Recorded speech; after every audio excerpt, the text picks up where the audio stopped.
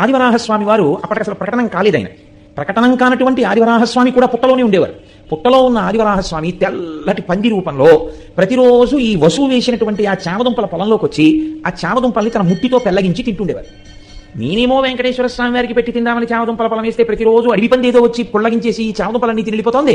దీని అడుగుజాడలు బట్టి చూస్తే ఇది చీకటి పడ్డాకు వచ్చి తింటోంది, పగటి పూట కనపట్టలేదు, అందుకే కాపలా ఉంటే. ఇది అడుగుజాడల్ని బట్టి ఇలా వస్తోంది అని అతను అది వచ్చే ప్రాంతాన్ని గమనించి ధనస్సు బాణములు పట్టు కూర్చున్నాడు. అది వస్తే బాణం వేసి చంపేస్తాను. చీకటి పడింది. ఆ రోజు పౌర్ణమి, మంచి వెన్నెల కాస్తోంది. ఆదివరాహమూర్తి సామాన్యమా? తెల్లటి పంది రూపంలో ఆ చామదుంపలు తినడం కోసం అని చెప్పేసి ఆ చామదుంపల పొలంలోకి వచ్చాడు. వచ్చి ముట్టితో పెళ్లగిస్తున్నాడు. పెళ్లగిస్తుంటే ఈయన బాణాన్ని గురి చూసి ఎక్కుపెట్టాడు.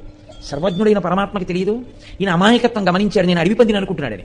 ఆయన ముందు పరిగెత్తాడు, ఈయన వెనక పరిగెత్తాడు. కొడుకుని పిలిచాడు, ఈ పంది దొరకట్లేదు నాతో రారా అన్నాడు. దూరంగా వెళ్ళిపోతూ పెద్ద కేకేశాడు.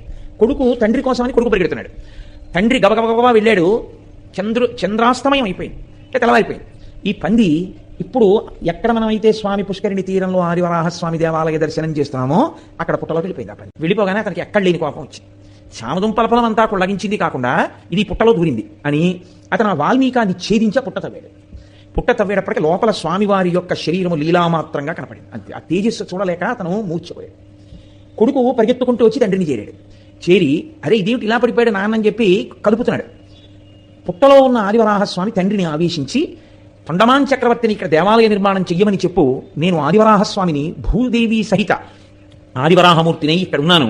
నేను పుట్టలోంచి కొంత భాగం పైకి లేచి లక్ష్మి నా వక్షస్థలం మీద ఇలా ప్రకాశిస్తుండగా ఇదిగో ఇక్కడ దొరికిన పలక మీద చెక్కించి నన్ను ప్రతిష్ఠ చెయ్యండి, దాని యందు నా తేజస్సు ఆవాహన అవుతుంది అని ఆయన ప్రకటన చేశాడు. అప్పుడు ఈ బోయవాడు రాజుకి చెప్తే అప్పుడు ప్రతిష్ఠ అయింది ఆదివరాహస్వామి దేవాలయం.